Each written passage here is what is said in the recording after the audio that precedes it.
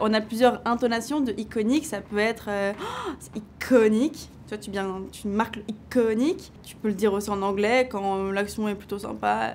Iconic. Salut tout le monde, c'est Léna Situation pour Vogue, pour mon interview Iconic.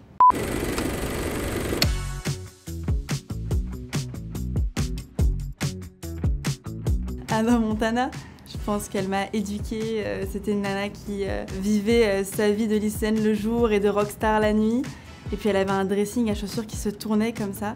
Et quand j'ai cherché mon appartement, je cherchais une pièce pour avoir un dressing à chaussures qui se tourne comme ça. Et je sais pas, elle était jeune, mais elle voulait rester également superstar, mais en même temps hyper humble en restant à l'école. Et le fait de réussir à gérer sa vie de lycéenne et de star, trop forte.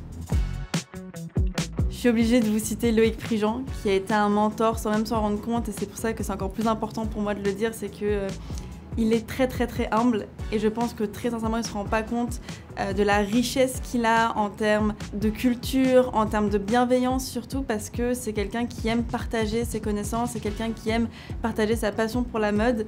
Bisous Loïc. Je pense que Fran Pine dans Une nounou d'enfer, c'est une série quand même qui date de 1993, et de la regarder aujourd'hui et de me dire mais c'est tellement d'actualité son style. Voilà, les tenues sont toujours complètement folles, la choucroute, le léopard à fond, mais c'est juste qu'elle s'habillait pour elle parce qu'elle sortait pas de la maison, mais elle avait toujours des tenues mais complètement folles et c'était vraiment que pour elle quoi. Et Monsieur Sheffield. Je pense que Christian Dior, parce que c'est le premier qui m'a fait rentrer dans la mode. C'est un point de vue très personnel, mais l'autobiographie de Christian Dior, c'est le premier livre de mode que j'ai eu entre les mains. Ça a commencé avec ça, et c'est là en fait j'ai compris que la mode et les grandes maisons, c'était surtout une histoire de storytelling, d'héritage.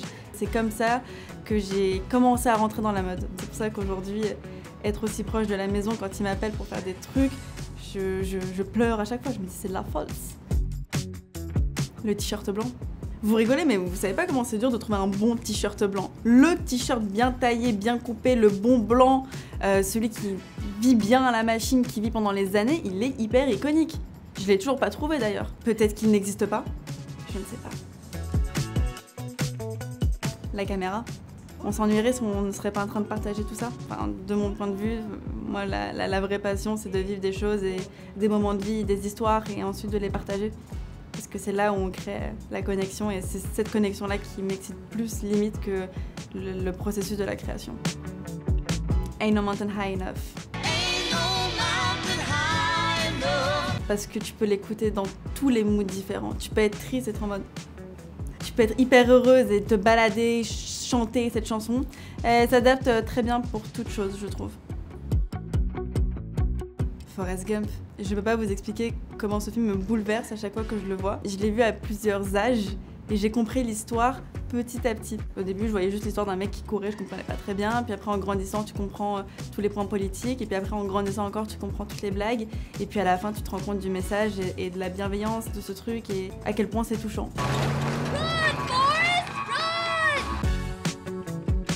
C'est Rihanna. Au-delà de ces bops iconiques qu'elle nous a fait, Shine bright like a diamond. il y a eu surtout le message où elle m'a fait assumer mon corps, ta sexualité, ta sensualité, ton style aussi. Elle a un discours que j'aime beaucoup et le côté aussi où c'est une femme boss, très assumée, je trouve que c'est assez rafraîchissant et en grandissant, voir ça, moi ça m'a fait beaucoup de bien et je me suis dit ah ouais, ça n'a pas l'air si compliqué quand elle le fait, donc pourquoi pas essayer de le faire.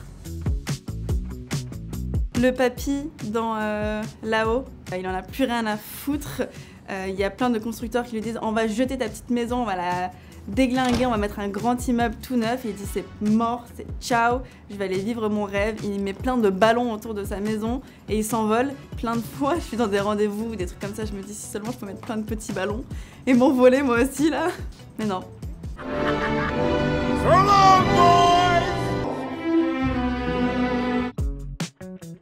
Le parc, c'est là où j'ai compris comment la vie se déroulait, je pense. J'ai compris qu'il y avait une hiérarchie sociale, pourquoi il y en avait qui avaient des meilleurs goûters que d'autres. J'ai aussi appris la négociation au parc, puisqu'il fallait négocier avec les parents pour rester plus tard. Alors que ça faisait 4 heures qu'on était là, qu'elle était frigorifiée, la pauvre. Bah, tu sais quoi, je voulais faire un peu... j'ai une playlist pointue, je suis différente et tout, mais parfois il y a les bases toxiques de Britney Spears. chaque chanson de ABBA est parfaite. Les Black Eyed Peas. Et Rihanna, Beyoncé, tu vois, il faut pas aller chercher plus loin. Prends cette playlist là et tout le monde sera très très content dans la soirée. Friends, évidemment.